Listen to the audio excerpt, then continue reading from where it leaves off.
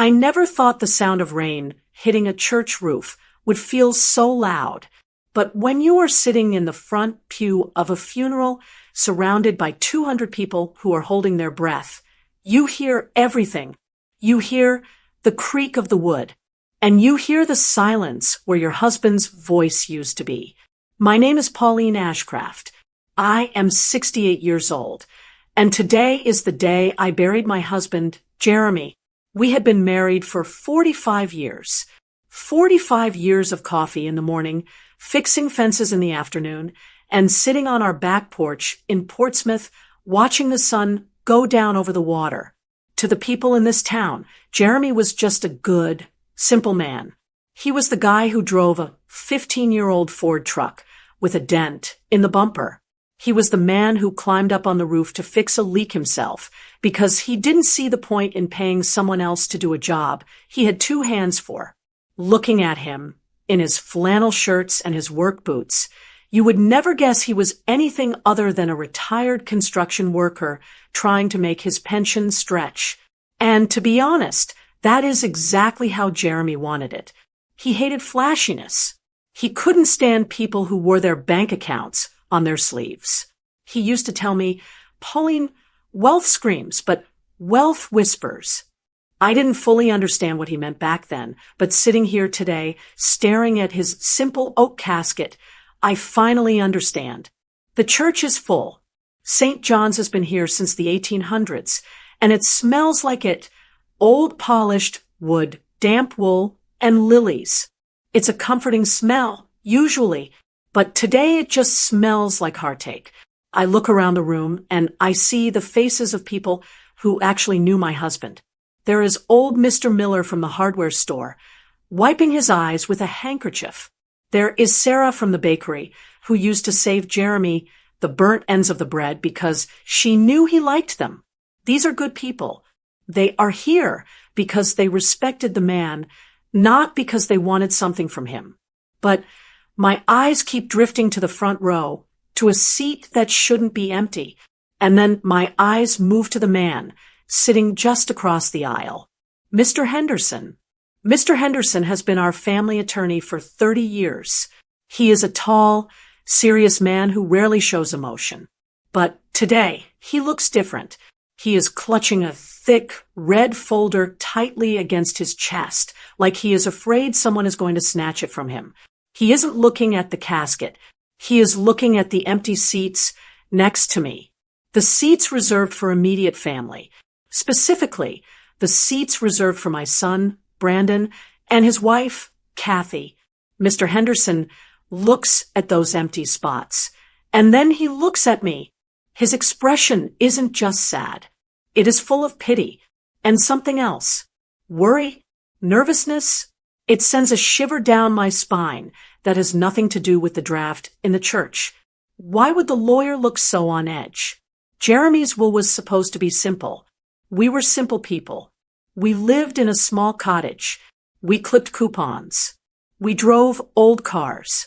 What could possibly be in that red folder that has a seasoned attorney sweating in a cold church? I look down at my hands. I am holding Jeremy's old Bible. The leather is cracked and soft from years of use. It was his father's before him.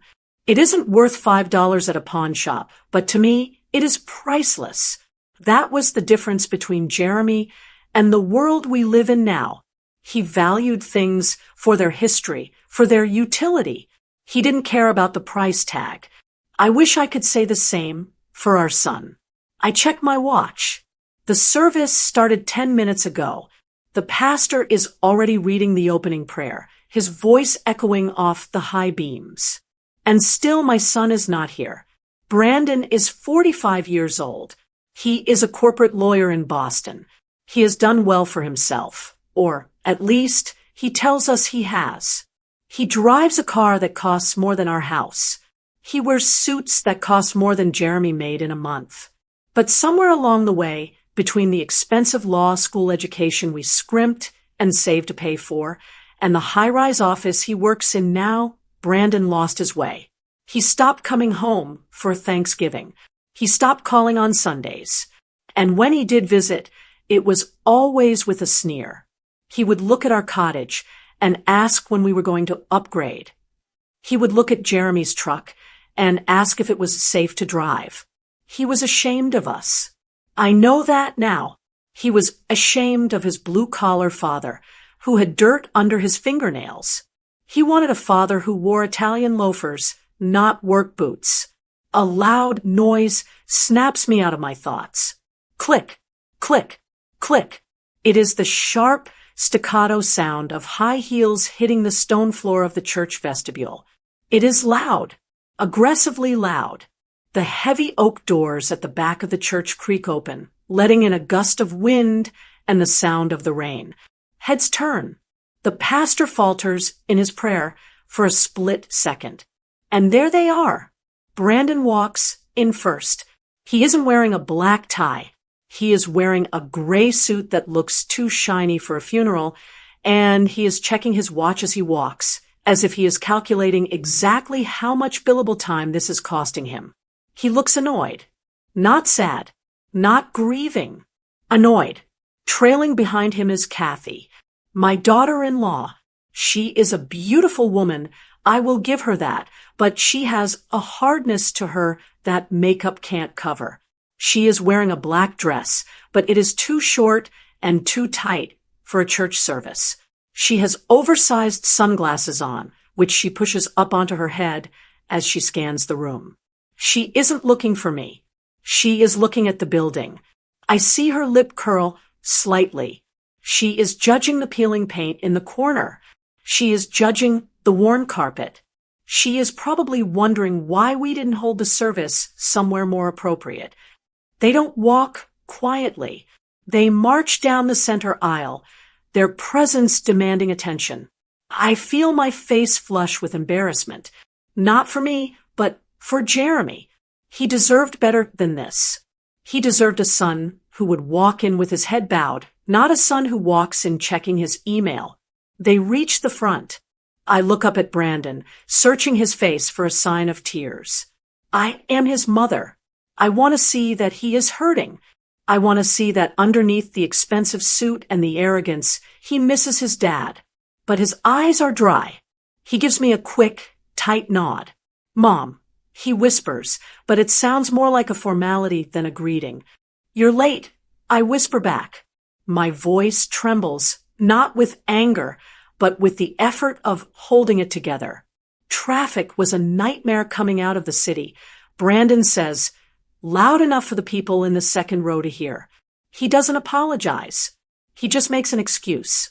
And this place is impossible to find on GPS. Who has a funeral at 10 in the morning on a Tuesday? Kathy sighs, loudly adjusting her designer coat. Honestly, Pauline, it smells like mildew in here. My allergies are going to flare up. She doesn't hug me. She doesn't touch my shoulder. She just squeezes past me to get to the empty seats, making sure her coat doesn't brush against the dirty pew. I feel a lump rise in my throat. My husband is lying in a box 5 feet away. The man who taught Brandon how to throw a baseball. The man who paid for Brandon's first car. The man who took extra shifts at the site so Brandon wouldn't have to work during college. And this is the respect he gets? Complaints about traffic and mildew? I grip the old Bible tighter, my knuckles turning white. I look over at Mr. Henderson again. The lawyer hasn't moved. He is staring at Brandon and Kathy with an intensity that scares me. His jaw is set tight. His knuckles are gripping that red folder. So hard, I think the paper might tear. He looks like a man who is watching a car crash happen in slow motion. Why is he looking at them like that? Mr. Henderson has known Brandon since he was a boy. Usually, he would offer a handshake or a nod. But today, he looks at my son like he is a stranger. Or worse, like he is a target. I take a deep breath and try to focus on the pastor. I try to block out the sound of Kathy tapping her long fingernails on the wood of the pew. I try to block out Brandon shifting his weight and sighing. I tell myself that they are here, and that has to be enough. They showed up. Maybe they grieve differently. Maybe they are hurting inside and just don't know how to show it. But then I hear it. It is faint, but in the quiet of the church, it carries. I can't believe he wanted to be buried in this dump, Brandon whispers to Kathy. Well, Kathy whispers back. It fits the life he lived, doesn't it? Small, cheap, sad. My heart stops. The air leaves my lungs. I freeze, staring straight ahead at the cross on the altar. They aren't grieving. They are mocking him. They are sitting at his funeral, feet away from his body, and they are making fun of the life he built for us. I feel a tear slide down my cheek, but it isn't from sadness anymore. It is from something else. Something hot and sharp. I look at the coffin. I am sorry, Jeremy. I am so sorry. But as I sit there listening to my son and his wife snicker about the poor old man they think Jeremy was, I happen to catch Mr. Henderson's "I one more time." He heard them too. And for the first time since I have known him, the lawyer doesn't look professional. He looks dangerous. He slowly opens the cover of the red folder, just an inch peeks inside, and then snaps it shut. He looks at Brandon, and a strange, cold calmness settles over his face. I don't know what is in that folder, but looking at the lawyer's face, I have a sinking feeling that my son has made a terrible mistake. Brandon thinks he is the smartest person in the room. He thinks he is sitting next to a grieving widow and a dead construction worker. He has no idea who his father really was. And looking at the red folder, I am starting to wonder if I really did either. The pastor clears his throat to begin the service, but the silence in the front row is deafening. To my right, there is an empty space on the pew, a space meant for a son, a space meant for a shoulder I could lean on. I look down at the polished wood, trying to swallow the lump in my throat that feels like a stone. I turn slightly, just enough to catch Brandon's eye. I pat the cushion next to me. It is a small gesture, a mother telling her child, "Come here, sit with me. We are in this together." Brandon looks at the empty seat. Then he looks at the stained glass window high above us. He doesn't move. He doesn't step forward. Instead, he takes a half step back, toward the pew behind me. "We'll sit back here, Mom," he whispers, his voice tight and impatient. "There's a draft up front. You know how Kathy gets with her sinuses. A draft. My husband is lying in a casket 5 feet away, and my son is worried about a breeze. I watch as they settle into the pew directly behind me. It feels like a physical blow. In the most painful moment of my life, my son has literally chosen to put distance between us. I turn back around, facing the altar, but I can feel them behind me. I can feel their restlessness radiating like heat. The service begins. The pastor, Reverend Thomas, starts speaking about Jeremy's life. He talks about Jeremy's kindness, his quiet strength. He talks about the time Jeremy helped rebuild the community center after the flood back in '98. I close my eyes, letting the memories wash over me. I can almost see Jeremy covered in mud, smiling that crooked smile of his, telling me, "It's just a bit of dirt, Pauline. It washes off." But my memories are interrupted. Behind me, there is a rustling of fabric, silk rubbing against wood. Then, a sharp, audible sniff. God, that smell! Kathy's voice cuts through the Reverend's prayer. It is a whisper, but a loud one. The kind meant to be heard. It smells like old wet dog in here. Do they ever open a window? I stiffen. St. John smells like history. It smells like beeswax and incense and the damp earth of New Hampshire. It is the smell of the place where we married, the place where we baptized Brandon. "It's just old wood, Kath." Brandon mutters back, not correcting her, just placating her. "Just breathe through your mouth.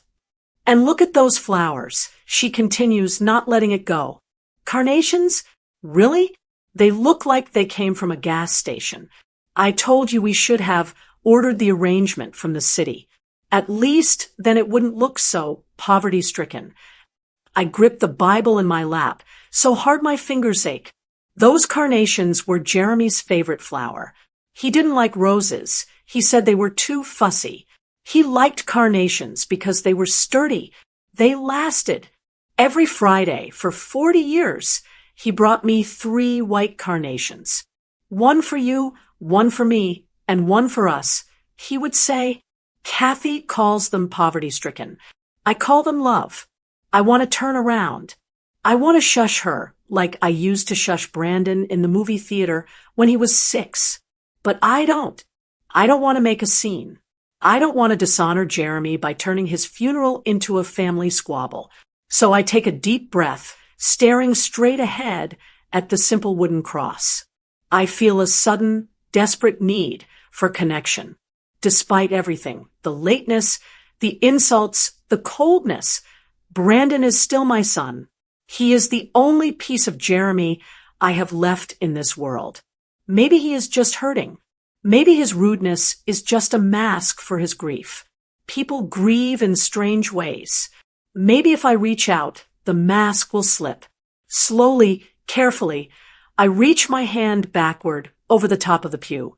I don't turn around. I just extend my open palm, searching for his hand. I just want to squeeze his fingers. I just want to feel that familiar grip I held when he was learning to cross the street. My fingertips brush against the sleeve of his expensive suit jacket. I wait. I wait for him to take my hand. I wait for him to squeeze back. Instead, I feel him pull away. A sharp, quick jerk of his arm. Mom, stop, he hisses, his voice low and irritated. People are watching. You're wrinkling the jacket. I pull my hand back like I have touched a hot stove. I rest it in my lap, covering it with my other hand, trying to stop the trembling. He didn't just reject comfort. He rejected me. He is more worried about a wrinkle in his Italian wool suit than the breaking heart of his mother. Behind me, I hear the soft tap, tap, tap of a thumb against a glass screen. He is on his phone. During the prayer, I can picture him scrolling through emails, checking the stock market, maybe texting a colleague that he is stuck at a family obligation. Is it almost over? Kathy whispers again. She sounds bored, like a child waiting in a dentist's office. I have that derm appointment at 3. If we don't leave by 1, I'll get hit with a cancellation fee. It shouldn't be long, Brandon replies. The old man didn't have that many friends. How long can they talk about a guy who fixed roofs? The cruelty of it takes my breath away. Jeremy didn't just fix roofs. He put a roof over Brandon's head. He paid for the braces on Brandon's teeth. He paid for the tutor when Brandon was failing math. He worked overtime in the freezing rain to buy Brandon his first laptop, so he wouldn't be behind the other kids at college. Every sacrifice Jeremy made was for him. And now Brandon speaks of him like he was just some hired hand he barely knew. I try to focus on the Reverend. He is reading Psalm 23. The Lord is my shepherd. I shall not want. Hey, Brandon's voice is a little louder now, urgent. He leans forward, his breath hot against the back of my neck. I don't turn. I can't look at him right now. Mom, he whispers. Mom, listen.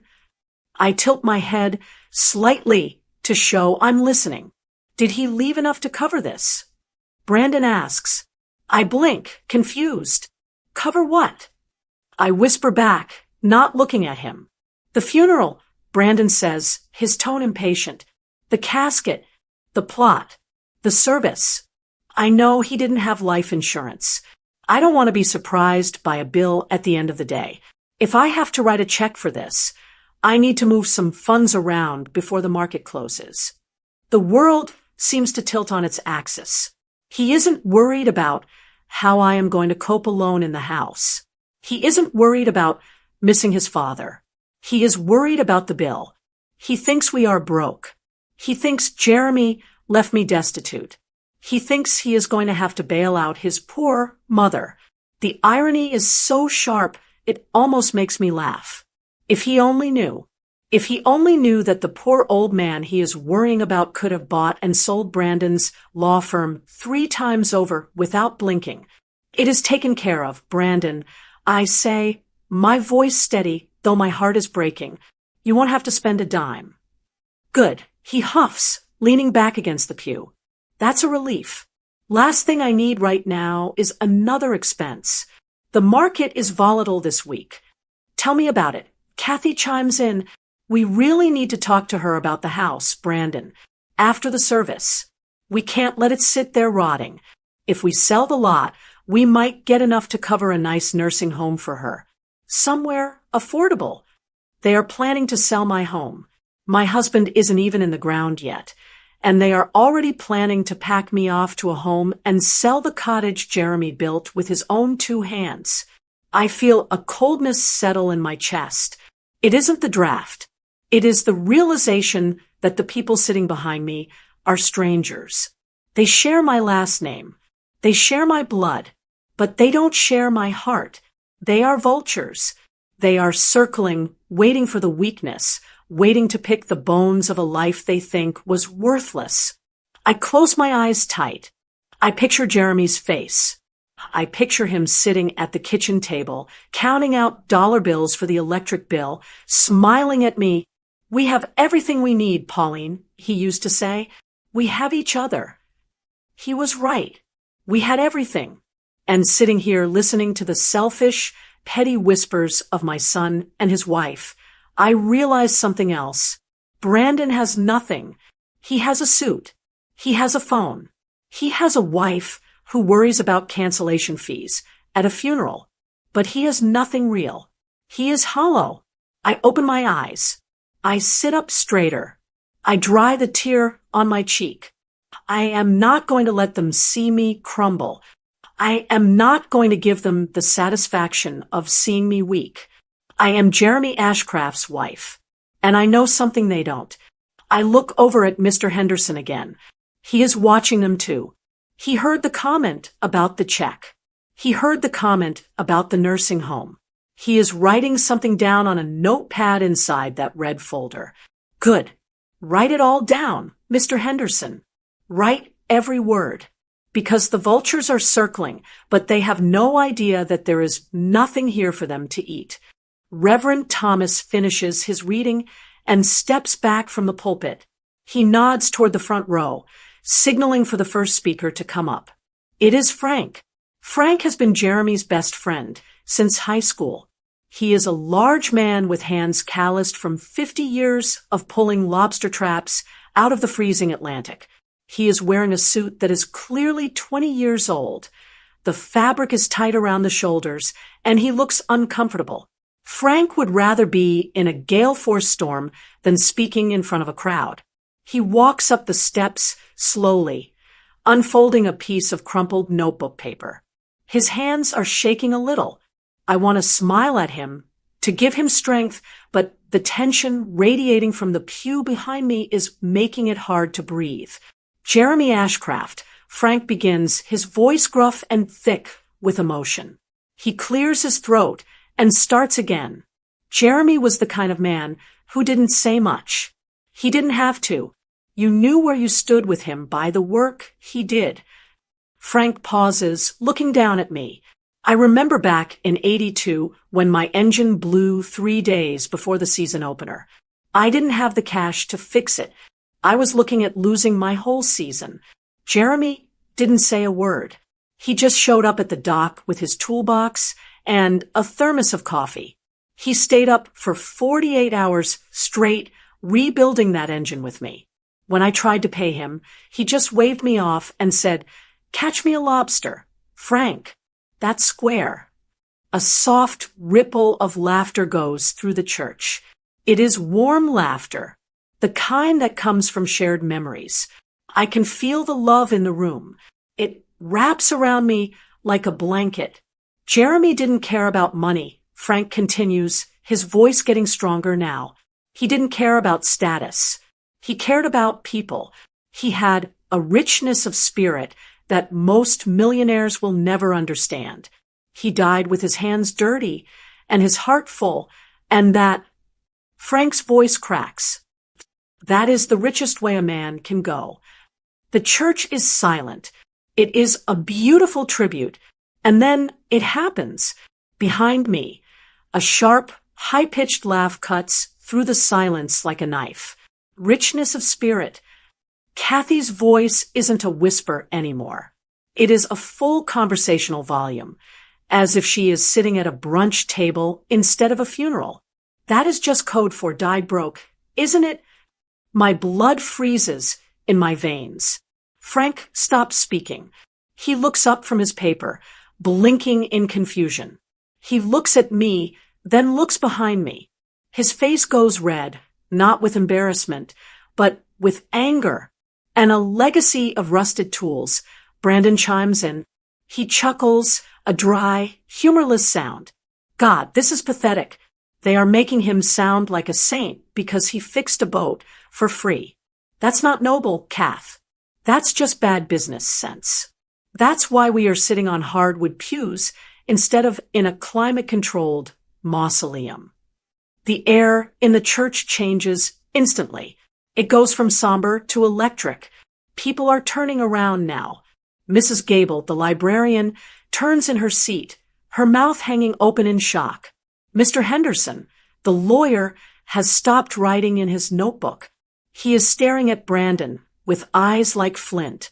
Even the Reverend looks stunned, his hand hovering over the Bible on the altar. I am paralyzed. I am staring at Frank's shoes, wishing the floor would open up and swallow me whole. My husband is being mocked at his own funeral.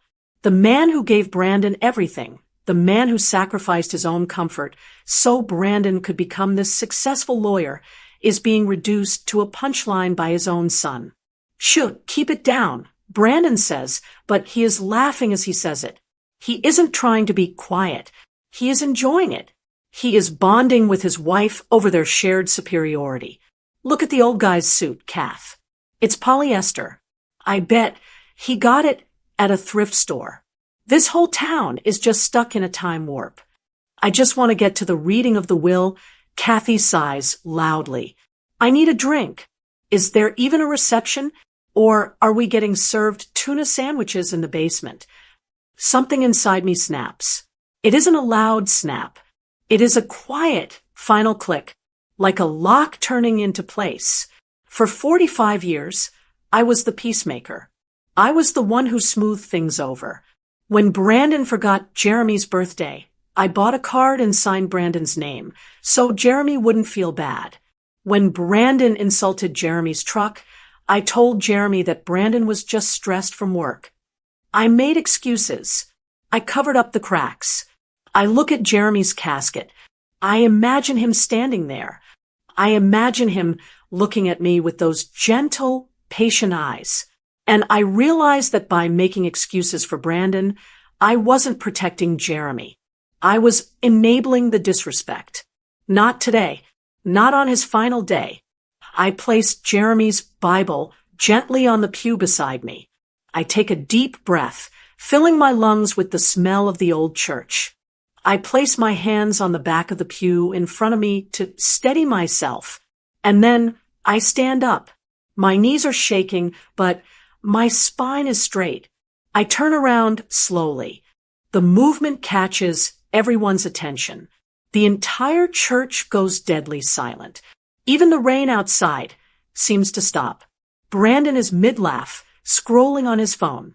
Kathy is examining her fingernails. When they sense me standing over them, they look up. Brandon looks annoyed, like I am blocking his view. What? He whispers. Sit down, Mom. You're making a scene. No, I say. My voice is not loud. I don't shout. I don't scream. But in the silence of that sanctuary, my voice carries to every corner of the room. It is clear. It is steady. It is the voice of a mother who is done.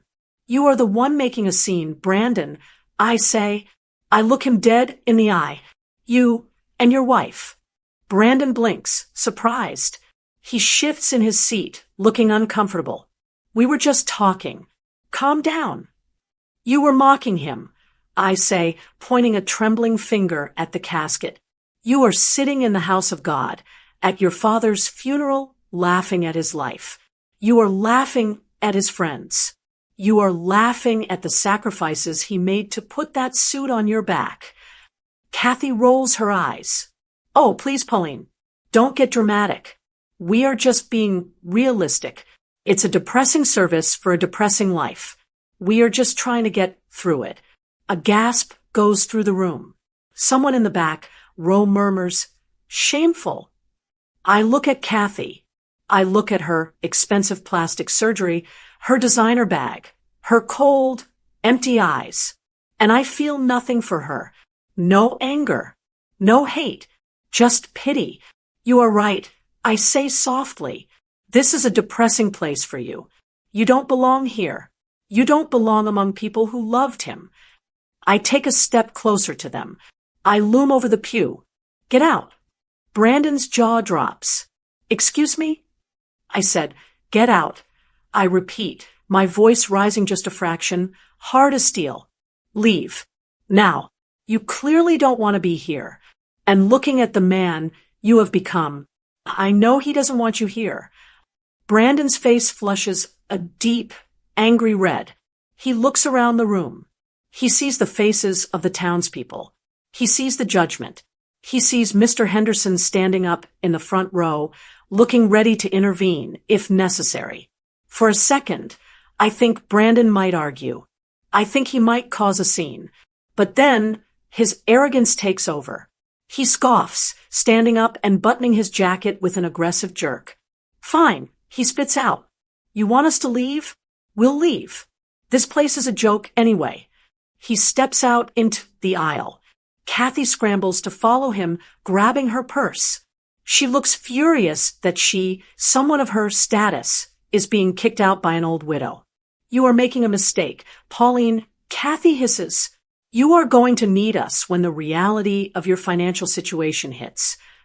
I will never need you, I say. Brandon stops at the end of the aisle. He turns back to me, and, for a moment, I hope he will say sorry. I hope he will realize what he has done. But he just sneers.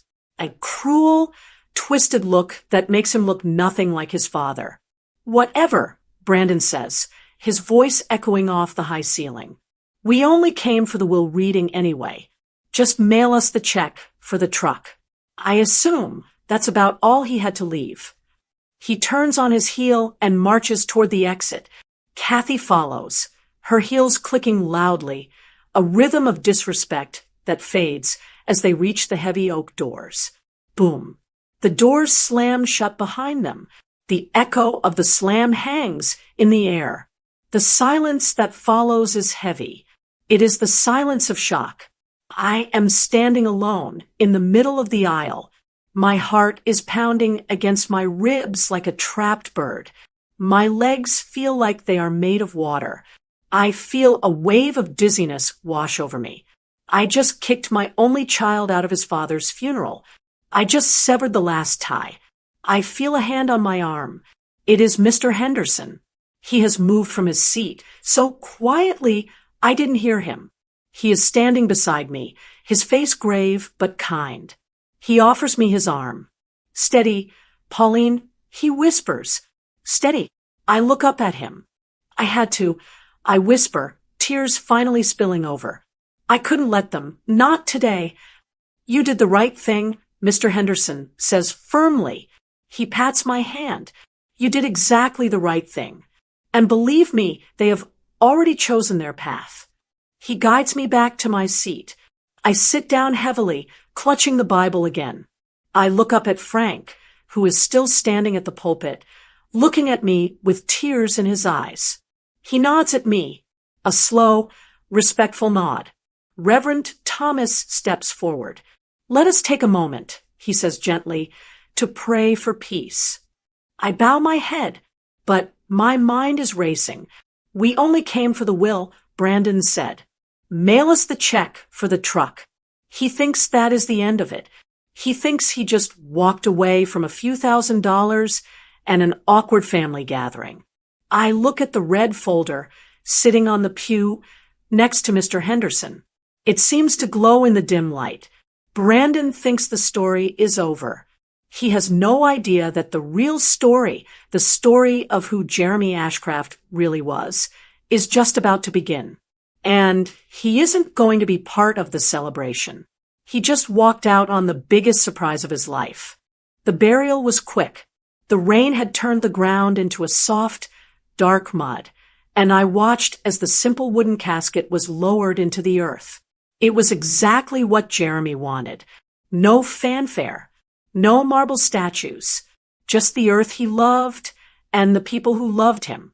When it was over, we all moved into the small parish hall next to the church. The ladies from the auxiliary had set up tables with coffee, ham sandwiches, and that distinctively bright yellow potato salad you only see at church functions. It wasn't a grand reception. There was no champagne. There were no waiters in white gloves. It was just us, the people who mattered. The room felt lighter now that Brandon and Kathy were gone. The tension that had been strangling me all morning had finally loosened. People were actually talking. I saw Frank in the corner, holding a paper cup of coffee, laughing with Mrs. Gable about the time Jeremy tried to fix a leaky pipe with duct tape and ended up spraying the entire kitchen. For the first time all day, I smiled. A real smile. This was what a funeral was supposed to be. A sharing of life. I was standing by the window, watching the clouds finally break over the harbor, when Mr. Henderson approached me. He still had that red folder tucked under his arm. He hadn't put it down once. "Pauline," he said softly, "do you have a moment?" "Of course, Arthur," I said, calling him by his first name. "But can't the paperwork wait? I don't think I have the energy to sign titles and close bank accounts today. I just want to sit with my friends." He shook his head gently. "This isn't just paperwork, Pauline, and it can't wait. In fact, Jeremy left specific instructions that this part of the will be read immediately after the service, and he wanted everyone to hear it." I frowned. "Everyone? Even the neighbors?" "Especially the neighbors," Arthur said. Jeremy was very clear. I felt a flutter of nervousness in my stomach. Jeremy was a private man. He didn't like airing his business in public. Why would he want his will read in a parish hall full of people eating potato salad? Was there debt? Did we owe money to half the town? Was this his way of apologizing? Arthur walked to the front of the room. He tapped a spoon against a glass pitcher. Ding, ding, ding. The room went quiet. Frank put down his coffee. Mrs. Gable stopped talking. All eyes turned to the lawyer. "If I could have everyone's attention," Arthur said, his voice carrying easily across the room. "I know this is unorthodox. Usually, a will is read in a private office with stale air and high hourly rates." A few people chuckled, but Jeremy Ashcraft was not a usual man. Arthur continued. "He asked me to share something with you all today. Something he kept to himself for a very long time." I stepped forward, my hands clasping together. I looked at Arthur, silently pleading with him not to embarrass us. "Please, don't tell them we are broke. Please, don't tell them we are losing the house." Arthur placed the red folder on the table. He opened it slowly. There was a hush in the room, so deep you could hear the refrigerator humming in the kitchen. "Most of you knew Jeremy as a handyman," Arthur began.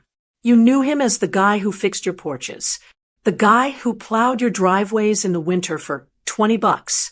You saw a man in flannel shirts and work boots." He paused, looking around the room. "But what you didn't know," Arthur said, "is that Jeremy had a very good eye for potential, and he had a very long memory." Arthur pulled out a yellowed, brittle piece of paper from the folder. It looked old. 40 years ago, Arthur said, holding up the paper, Jeremy took every penny he had saved from his construction jobs. about $5,000, and he bought a stretch of land down by the old cannery. You remember that spot? Frank spoke up from the back. The mudflats? I remember. We all told him he was crazy. That land was nothing but swamp and mosquitoes. You couldn't build a doghouse on it without it sinking. Exactly, Arthur smiled. The mud flats. Everyone laughed. They said Jeremy threw his money into the bog. But Jeremy didn't see mud. He saw the deep water channel running right past it. He knew that eventually the big cargo ships would need a place to dock that wasn't Boston. I remembered that. I remembered the fights we had about that money. I was pregnant with Brandon. We needed a new washing machine. And Jeremy spent our savings on a swamp. I cried for a week. Jeremy held onto that land. Arthur continued. He paid the taxes on it every year. He worked double shifts to keep it. And then 15 years ago, a developer from New York came looking for a place to build the new Deepwater Logistics Center. The room went deadly silent. I knew that logistics center. It was massive. It was the heart of the Portsmouth shipping industry now.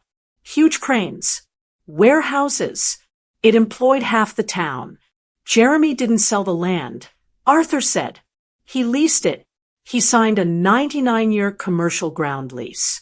He became the landlord of one of the busiest shipping terminals in New England. My mouth fell open. He owned the terminal? I whispered. He did. Arthur nodded. But he didn't want the attention. He didn't want people treating him differently. So he set up a blind trust. The checks went into an account he never touched. He lived on his pension. He lived on his handyman wages. He reinvested the lease money into conservative, high-yield bonds. Arthur looked at me. His eyes were kind, but serious. Pauline, he said, I have the current valuation of the Ashcraft estate here, with the land value, the accumulated lease payments, and the investment portfolio. He took a breath. The total value of the estate is $48 million. The silence in the room wasn't just quiet. It was a vacuum. It felt like all the air had been sucked out. I grabbed the back of a chair to keep from falling. 48 million. I looked down at my shoes. They were scuffed. I looked at my purse. The strap was held together with a safety pin. I looked at Frank. His jaw was literally hanging open. 48. Frank stammered. Million? Jeremy? Why? I whispered. The words scraped out of my throat. Why didn't he tell me? Arthur, we clipped coupons. We turned the heat down to 60 in the winter to save oil. Why? Arthur reached into the folder again. He wrote you a letter, Pauline. He wanted me to read it to you and to his friends when this moment came. Arthur unfolded a piece of lined notebook paper. I recognized the handwriting immediately. It was scratchy and slanted. Jeremy's handwriting. Arthur cleared his throat and began to read. My dearest Pauline, if you are hearing this, I am gone and you are probably mad at me. You have every right to be. You are probably wondering why I made us live simply when we could have had a mansion on the hill. I did it because I saw what money did to people. I saw it tear families apart. I saw it turn friends into leeches. I wanted to know that the people at my dinner table were there because they liked my cooking, not my bank balance. But mostly, Pauline, I did it for Brandon. I flinched at my son's name. I saw how easily things came to him. Arthur read. I saw how he looked at the world. He wanted shortcuts. He wanted the shine, not the work. I was terrified that if he knew we had millions, he would never work a day in his life. He would become soft. I wanted him to build his own character before I gave him the cushion. Tears streamed down my face. Jeremy wasn't hiding the money to be mean. He was hiding it to save our son. He was trying to teach him the one lesson money can't buy. I hope, the letter continued, that by the time you read this, Brandon has grown into a man who understands respect. I hope he is sitting next to you, holding your hand. If he is, then he is ready. Arthur lowered the paper. He looked at me with a profound sadness. He isn't here, Pauline, Arthur said gently. I shook my head, sobbing. No, he isn't. He walked out. Frank boomed from the back, his voice thick with anger. He walked out over a drafty pew and a cheap casket. The reality of it hit me like a physical wave. Brandon didn't just walk out of a funeral. He walked out on a kingdom. He walked out on $48 million. He had spent his whole life chasing status. He had spent his whole life trying to get away from his poor roots. And the whole time, the very thing he worshipped, wealth, was sitting right there at the kitchen table, wearing a flannel shirt and eating pot roast. What happens now? Mrs. Gable asked, her voice trembling. Does Brandon get it? Arthur looked at me. He closed the red folder. That, Arthur said, depends on the next document in this file. The one Jeremy called the safety net. I looked at the folder. The safety net. I thought about Brandon driving away in his luxury car, probably complaining to Kathy that the trip was a waste of gas. I thought about how he sneered at the rusted tools. He had no idea. He had absolutely no idea that his father was the titan he always wanted to be. And the tragedy wasn't that Brandon didn't get the money. The tragedy was that he never bothered to know the man. Read it, I said, wiping my eyes. My voice was stronger now. Read the next document, Arthur. Read it, I repeat, my voice steady despite the trembling in my hands. Read the next document, Arthur. The room is so quiet you can hear the rain tapping against the parish hall windows. Everyone is looking at Arthur Henderson. They are looking at the red folder as if it is a bomb that is about to go off. Arthur looks at me, and for a moment I see hesitation in his eyes. He is a father too. He knows what it means to cut a child loose. He knows the pain that comes with admitting your own flesh and blood isn't the person you raised them to be. But then he looks at the empty doorway where Brandon and Kathy stormed out, and his expression hardens. He nods once sharply. Jeremy was a smart man. Arthur says, addressing the room but looking straight at me. He was a businessman, yes, but more importantly, he was a judge of character. He knew people better than they knew themselves. And he knew his son. Arthur opens the folder fully now. He pulls out a document that looks different from the others. It is crisp white legal paper stapled at the top. When Jeremy came to me to draft this will 3 years ago, Arthur explains, he was heartbroken. It was right after Thanksgiving. You remember that Thanksgiving, Pauline? I nod slowly. I remember it vividly. Brandon had come for dinner, looked at the turkey Jeremy had spent 6 hours roasting, and made a joke about how dry it looked. Then he spent the entire meal texting under the table. Jeremy had tried to tell a story about his fishing trip, and Brandon had interrupted him to take a business call. Jeremy hadn't said a word. He just quietly put down his fork and stared at his plate. Jeremy told me that day, Arthur continues, that he was afraid. He wasn't afraid of dying. He was afraid of what his money would do to a son who didn't respect the hands that earned it. He told me, Arthur, if I give a man a fortune when he thinks I am a pauper, he will think he won the lottery. He won't appreciate the sweat. He will just spend the check. A murmur of agreement goes through the room. Frank nods solemnly in the back. So, Arthur says, lifting the document, Jeremy included a specific clause, a conditional clause. In legal terms, we call it a condition precedent. Jeremy called it the character test. My heart hammers against my ribs. What does it say, Arthur? Arthur adjusts his glasses. He clears his throat and begins to read. I, Jeremy Ashcraft, being of sound mind, Do hereby leave the entirety of my estate, including the Ashcraft Harbor Land Holdings, the investment portfolio, and all liquid assets, to my son, Brandon Ashcraft. Arthur pauses. The air in the room is thick. Brandon gets it.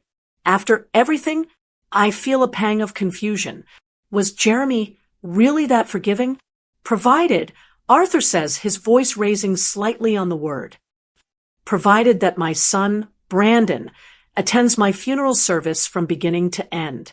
Provided that he sits with his mother. Provided that he shows the respect due to a father who loved him. And provided that he does not complain, mock, or leave the service early. The room gasps. It is a collective intake of breath that sucks the oxygen right out of the hall. Arthur looks up from the paper.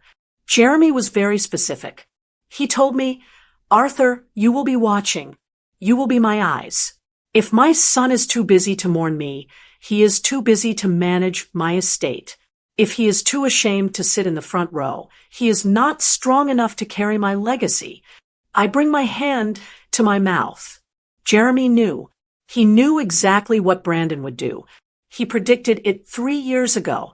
He knew his son would see the old church and the simple casket and turn up his nose. So, I whisper, what happens now? Arthur closes the folder. The sound is final. I sat in the front row today, Pauline. Arthur says formally, I watched Brandon refuse to sit next to you. I heard him complain about the smell of the church.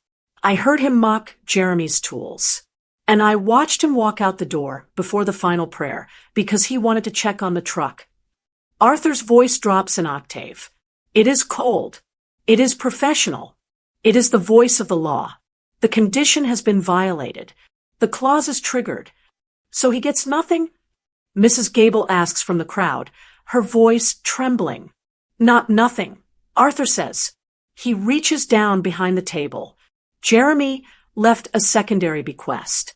In the event that Brandon failed the test, he was to receive this. Arthur lifts a box onto the table. It isn't a safety deposit box. It isn't a briefcase full of bonds. It is Jeremy's old tackle box. It is blue metal, rusted at the corners.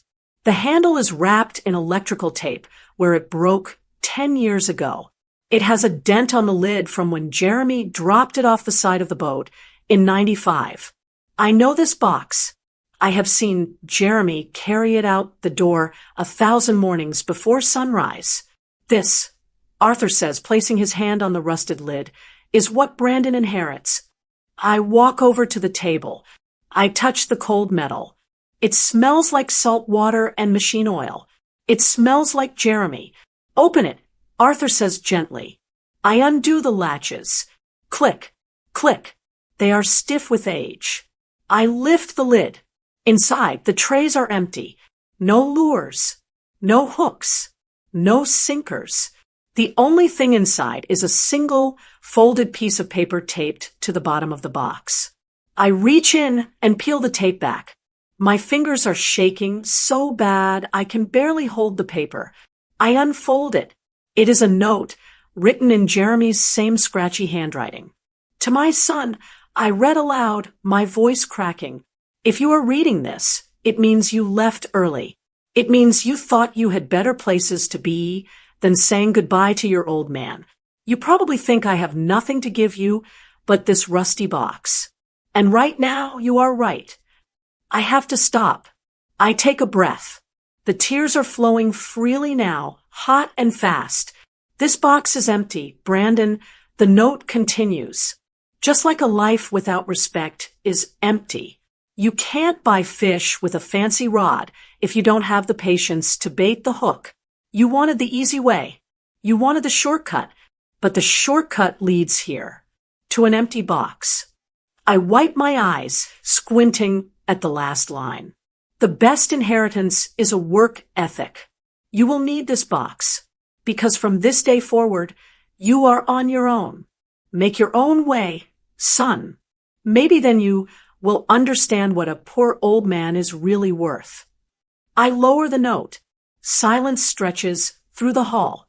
It isn't an awkward silence anymore. It is a heavy, solemn silence, the kind that comes when justice is served.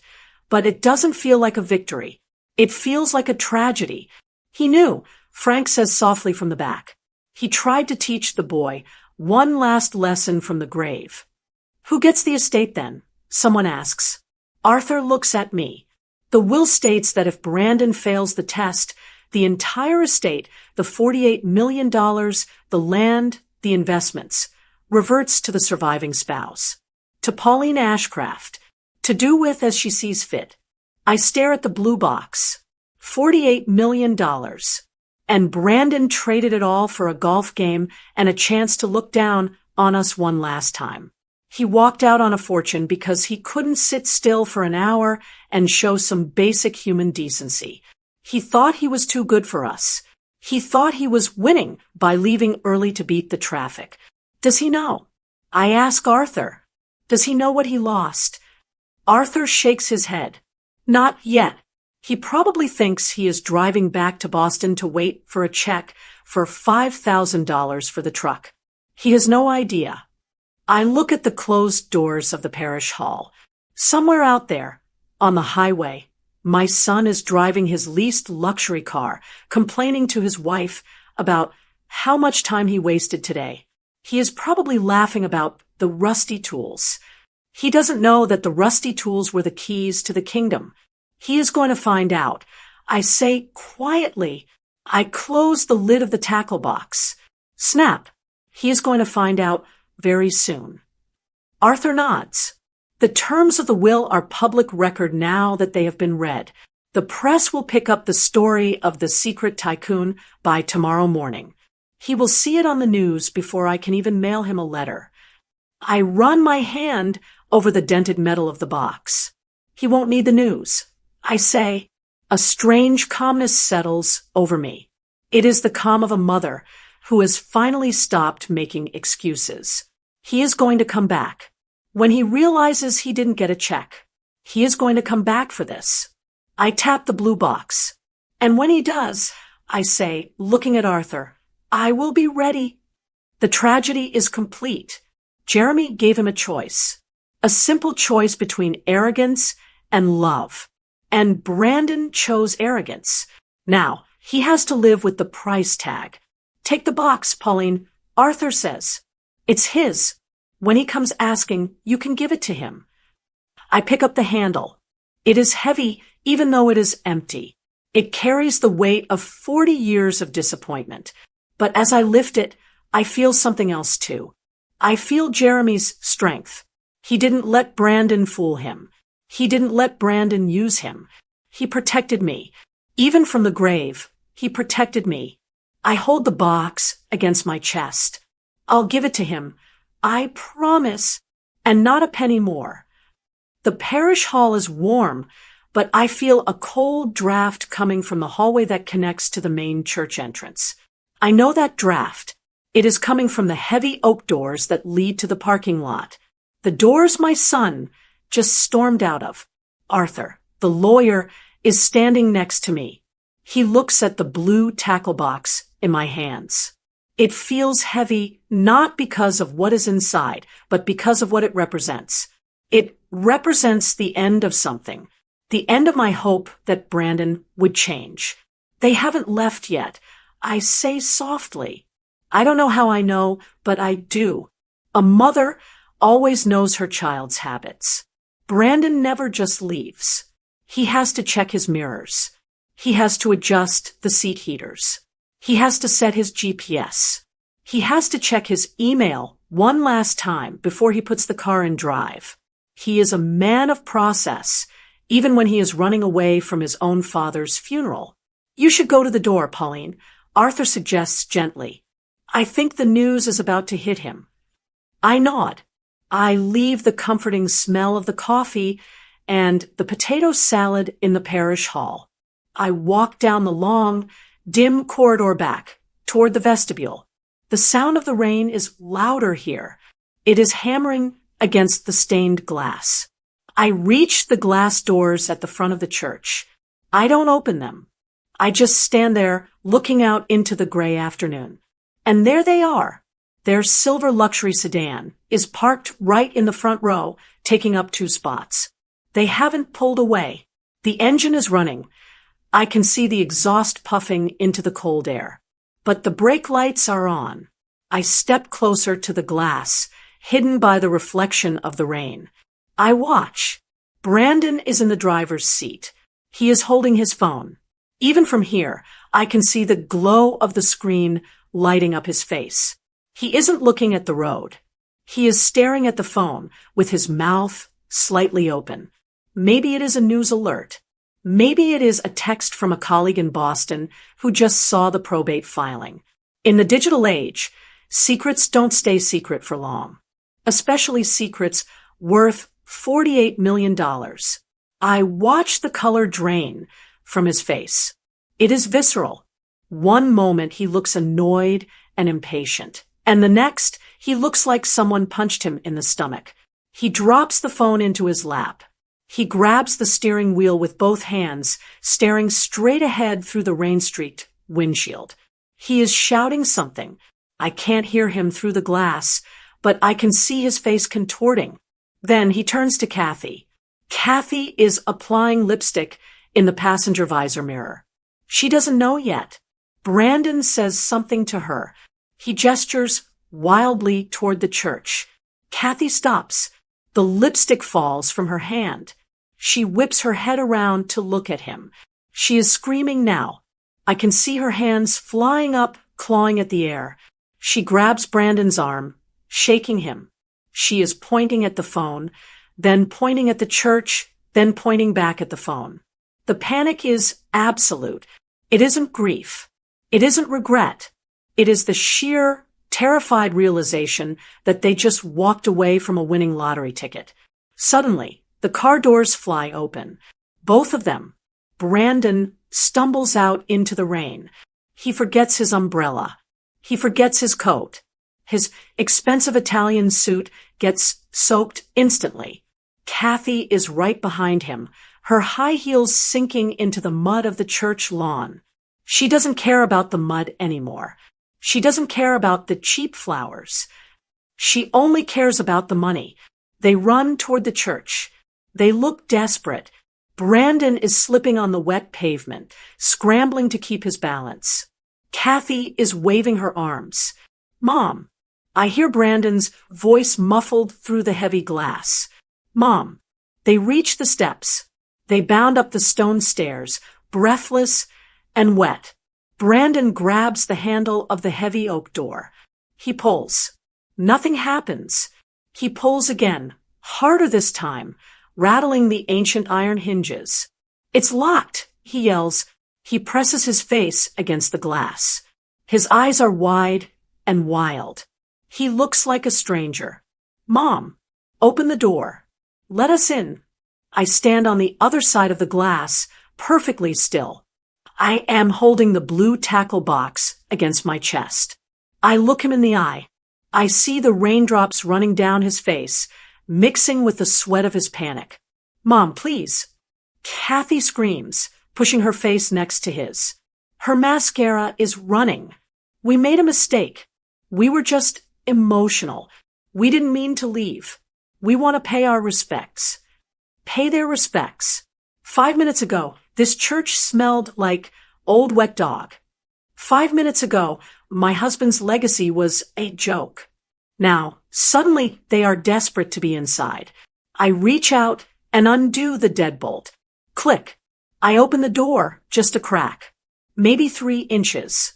The cold wind rushes in, chilling my skin, but I don't shiver. I feel a fire inside me that keeps me warm. Mom.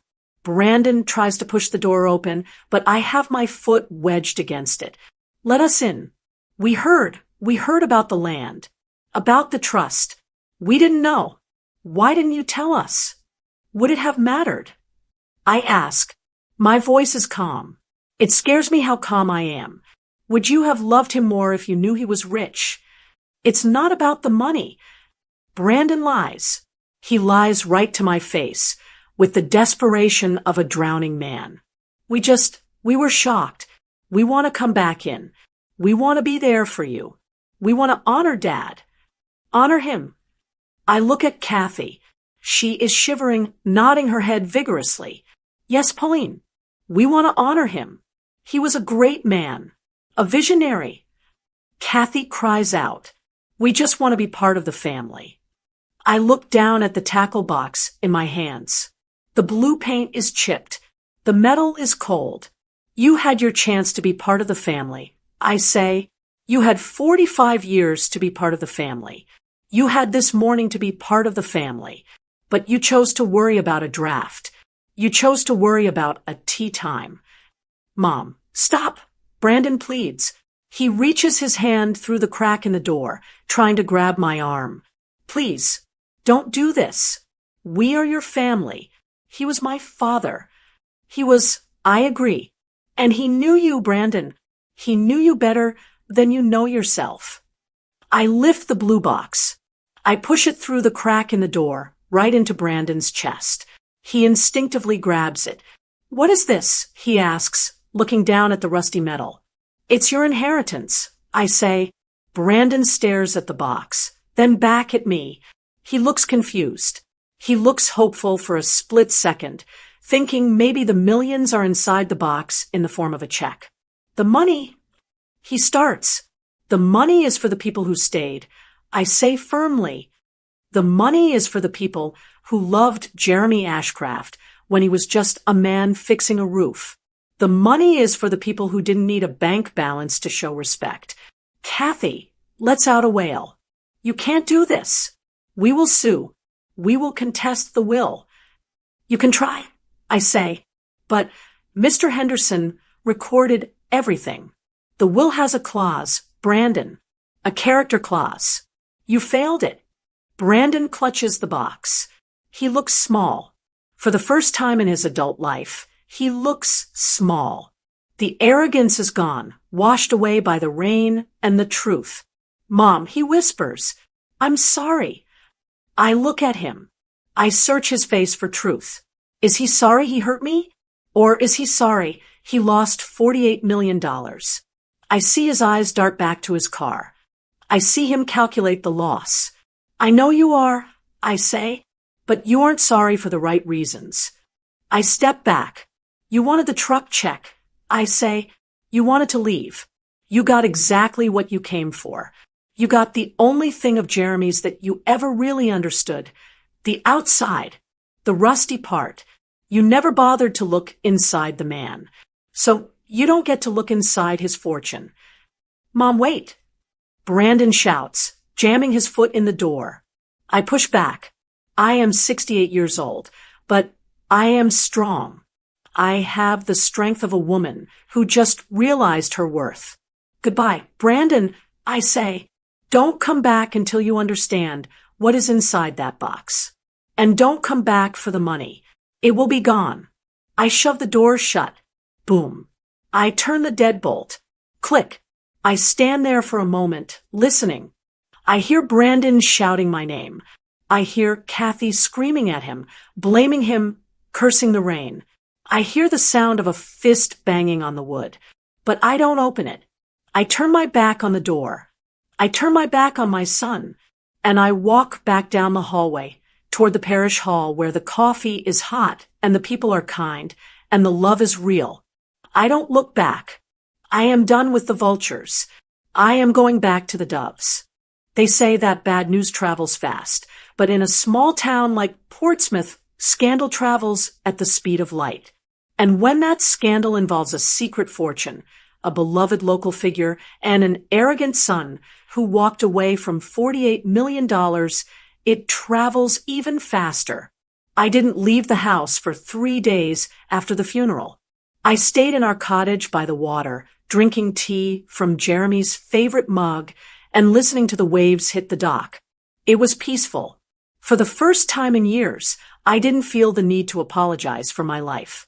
I didn't feel the need to hide my cracked teacups or my worn-out slippers. I was the widow of a billionaire. Yes, but I was still just Pauline. And I liked it that way. But while my world was quiet, Brandon's world was exploding. It started on Thursday morning. Mr. Henderson came to the cottage. He didn't bring a briefcase this time. He brought a box of donuts from the bakery downtown, the kind Jeremy used to like. He looked lighter, younger, almost, now that the secret was out. "Pauline," he said, sitting at my kitchen table, "I thought you should know. I just got off the phone with the Ellington family." I put down my tea.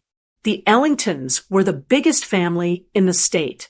They ran the shipping logistics for the entire East Coast. They were the ones leasing Jeremy's land. They were billionaires in their own right, but they were old money. They valued discretion. They valued loyalty. What did they want? I asked, are they upset about the probate? Do they want to break the lease now that Jeremy is gone? Arthur shook his head, a small, grim smile playing on his lips. No, quite the opposite. They called to offer their condolences. Big John Ellington told me he had never met a fairer landlord than Jeremy.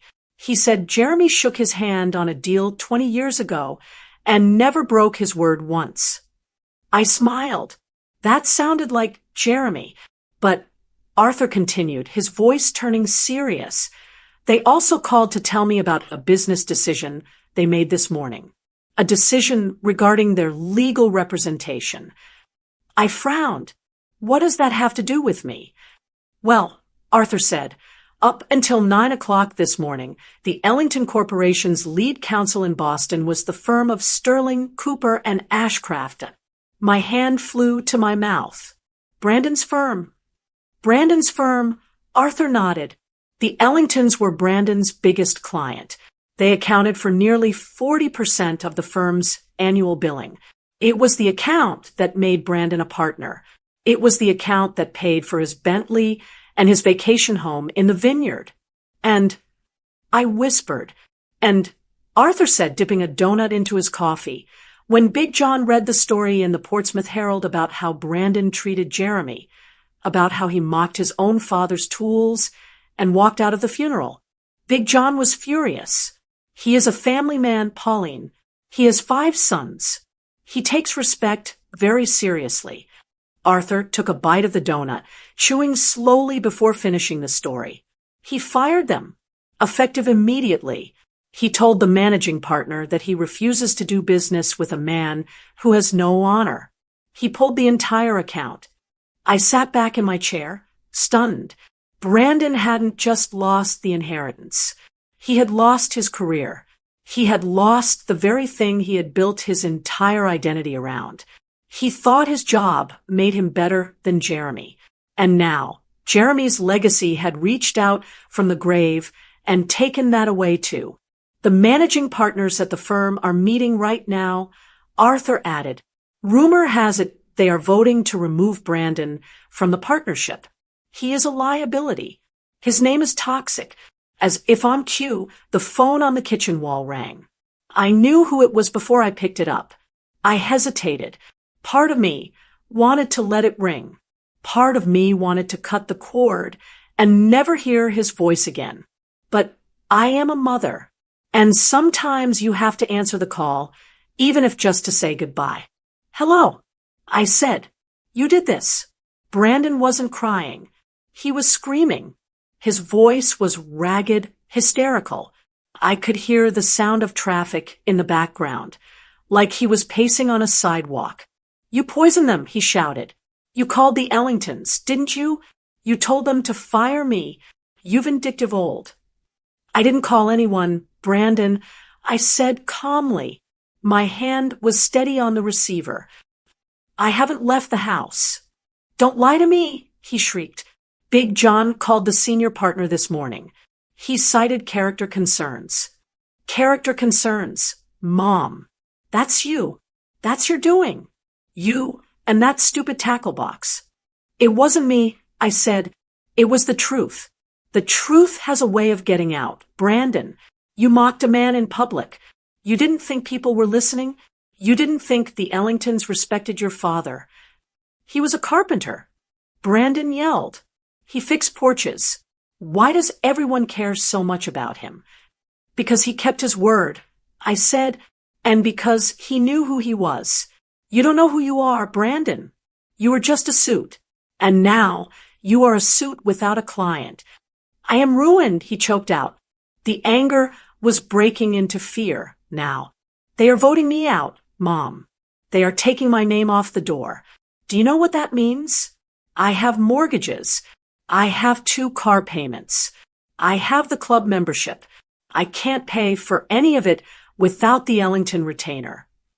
Then sell the car, I said. Sell the house. Live simply. It's not a bad life, Brandon. Your father did it for 40 years. I can't live simply, he spat. I am not him. I am not a peasant.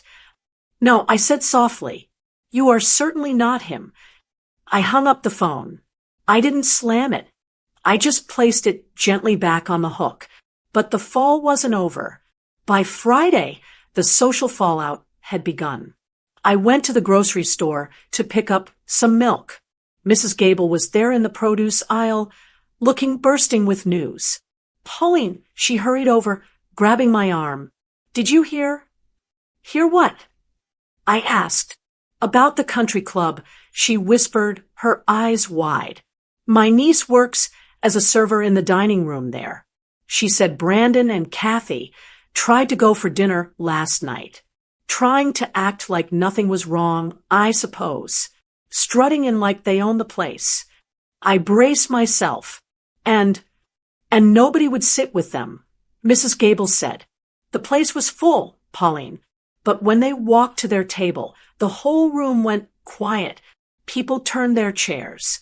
The Millers, the ones who own the dealership, they actually asked the manager to move them to a different section because they didn't want to eat near ungrateful children. Oh my, I breathed. It gets worse. She leaned in closer.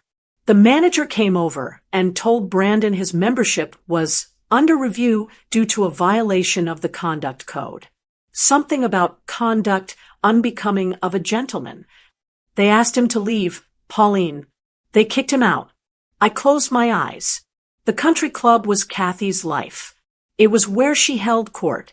It was where she felt superior to everyone else. To be publicly shunned, that would be a fate worse than death for her. They are saying, Mrs. Gable whispered, that they are the fools who mocked a legend.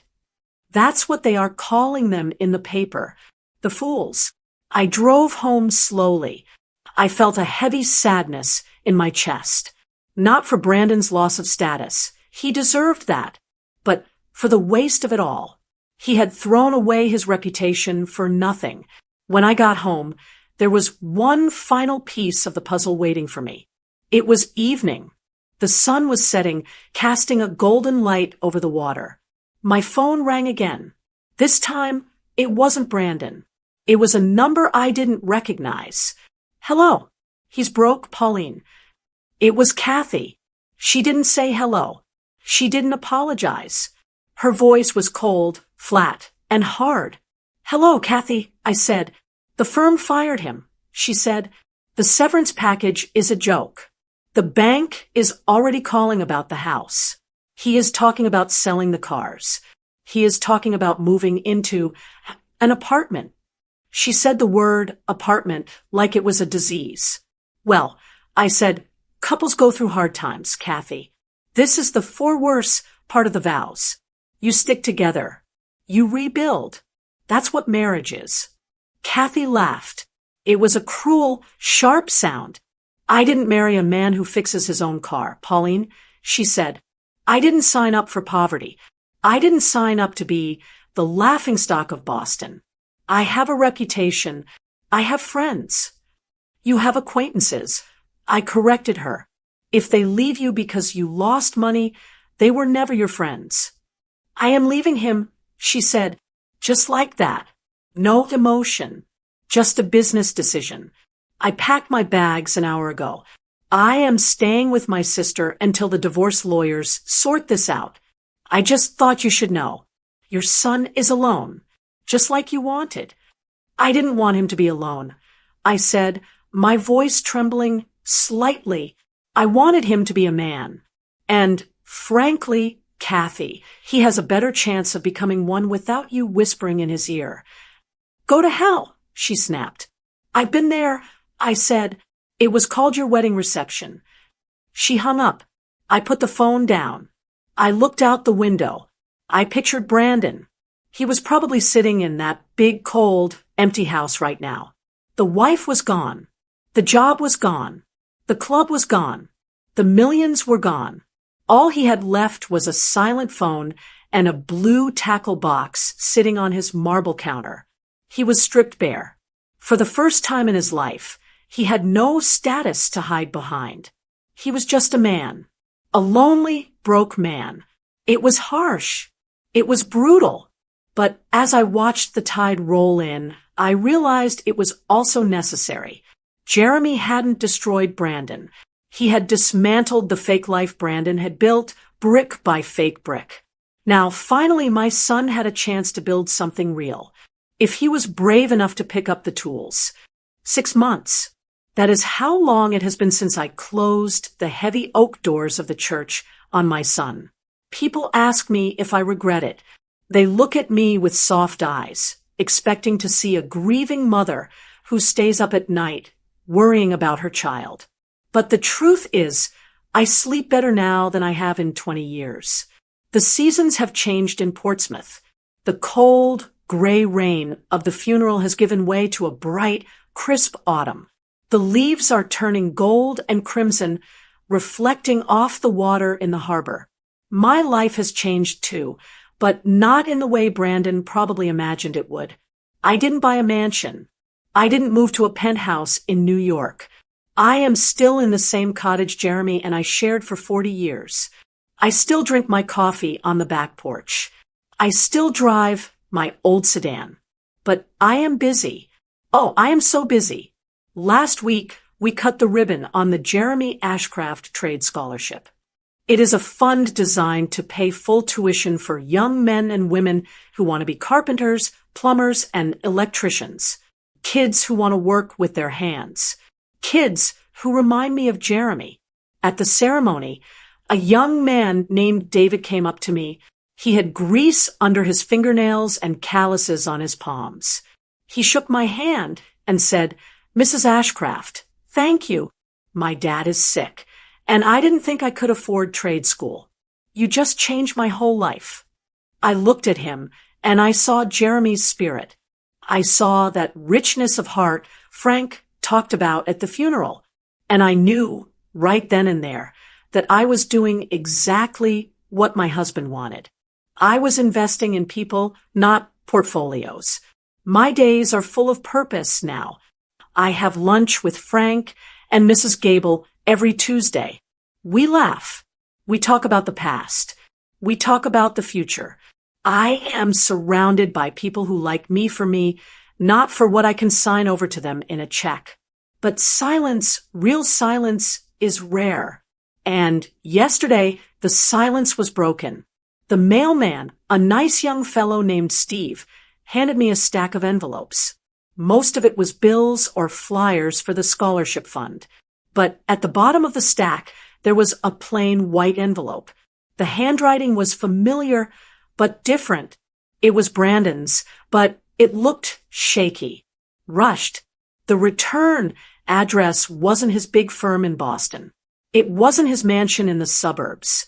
It was a post office box in a town 2 hours away, a town known for cheap apartments and industrial parks.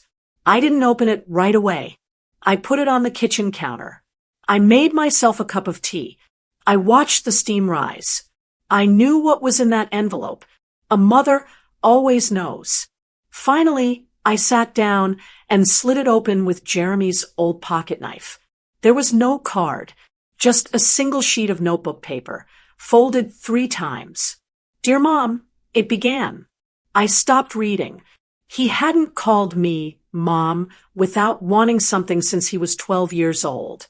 Usually it was Mother or just Pauline when he was angry. Mom was the word he used when he needed money. "I hope you are doing well." The letter continued. "I am writing to you because I didn't know who else to turn to. Things have been hard. Harder than I thought." I took a sip of tea. Hard. Yes, life is hard. His father worked 12-hour shifts on rooftops in July. That was hard. Losing your status because you couldn't be polite for an hour, that isn't hard. That is a consequence. Kathy is gone, he wrote. She took everything she could carry. The lawyers are taking the rest. I sold the house, but the market was down. And after paying off the debts, I have nothing left. I am living in a studio apartment. I am driving a rental. I felt a twinge of pity, just a small one. It is painful to imagine your child struggling. But then I read the next paragraph. I know we had a disagreement at the funeral. I know you are upset, but surely you have made your point by now. I am family mom. I am your son. I am asking for a small loan, just enough to get me back on my feet. Just a few $100,000. I have a lead on a new firm, but I need to look the part. I need a suit. I need a car. I can't walk into an interview looking like this. Alone. To buy a suit. To buy a car. To look the part. He hadn't learned a single thing. He was still obsessed with the image. He still thought the clothes made the man. He wasn't asking for money to buy food. He wasn't asking for money to pay rent. He was asking for money to put his costume back on, so he could pretend to be better than everyone else again. He didn't apologize for mocking Jeremy. He didn't ask how I was grieving. He called our confrontation at the funeral a disagreement, as if we had argued about the weather. He took no responsibility. He just wanted a bailout. I looked at the blue tackle box. It sits on my mantel now, right next to Jeremy's picture. I stood up. I took the letter and walked out the back door, down the wooden steps to the dock. The sun was beginning to set, painting the sky in purples and oranges. The tide was coming in, washing against the pilings. I sat on the bench where Jeremy used to sit to bait his hooks. I held the letter in my hands. If I sent him the money, what would happen? He would buy the suit. He would get the car. He would get another high-paying job. And he would go right back to being the man who mocked his father. He would learn that if he fails, Mommy will always be there to write a check. He would never look inside that tackle box. He would never find his own strength. Sending him money wouldn't be love. It would be an insult to Jeremy. It would be undoing the very lesson my husband tried to teach him from the grave. Jeremy left him the blue box because he knew that was the only way Brandon would ever become a real man, by starting from scratch, by working for it. I reached into my pocket and pulled out a box of wooden matches. I struck one against the side of the box. The flame flared up, bright and hot against the cooling evening air. I held the flame to the corner of the letter. The paper caught instantly. The fire curled the edges, turning Brandon's desperate, manipulative words into black ash. I watched the word loan disappear. I watched the word suit turn to smoke. I dropped the burning paper onto the stones of the beach below. I watched it burn until it was nothing but gray dust, washing away with the next wave. I didn't feel guilty. I felt light. I stood up and brushed off my skirt. I looked out at the horizon. You were right, Jeremy, I whispered to the wind. He wasn't ready. But maybe, just maybe, now that he has nothing, he will finally start to find something. I turned back toward the cottage. The lights were on inside. It looked warm. It looked inviting. It looked like a home built on love, not money. I walked back up the dock, leaving the ashes behind me. I had a scholarship meeting in the morning. I had a lunch date with Frank. I had a life to live, a life of integrity, a life of respect, and a life of peace. My son had his inheritance. He had his struggle, and I had my peace. That is the true legacy of Jeremy Ashcraft, and I intend to keep it. So I ask you, if you were in my shoes, if you held the match, would you have burned that letter? Or would you have written the check? Is it better to save your child from the fall? Or is it better to let them hit the ground so they can learn how to stand up? Respect is earned. It cannot be bought, and it cannot be inherited. I finally have the peace Jeremy always wanted for me, and I wouldn't trade it for $1 billion. Did you like the story? And which city are you listening from? Let's meet in the comments. I read every single one, and I'd love to know what you would have done with that letter. If you liked the story, you can support me by sending a super thanks so I can keep bringing more stories like this. Your support means the world to me and helps me keep this channel going. Thank you so much for your sweet support. I'm looking forward to your comments on the story.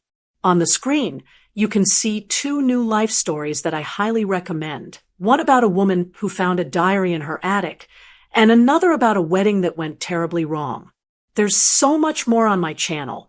Don't forget to subscribe and hit that bell so you never miss a moment.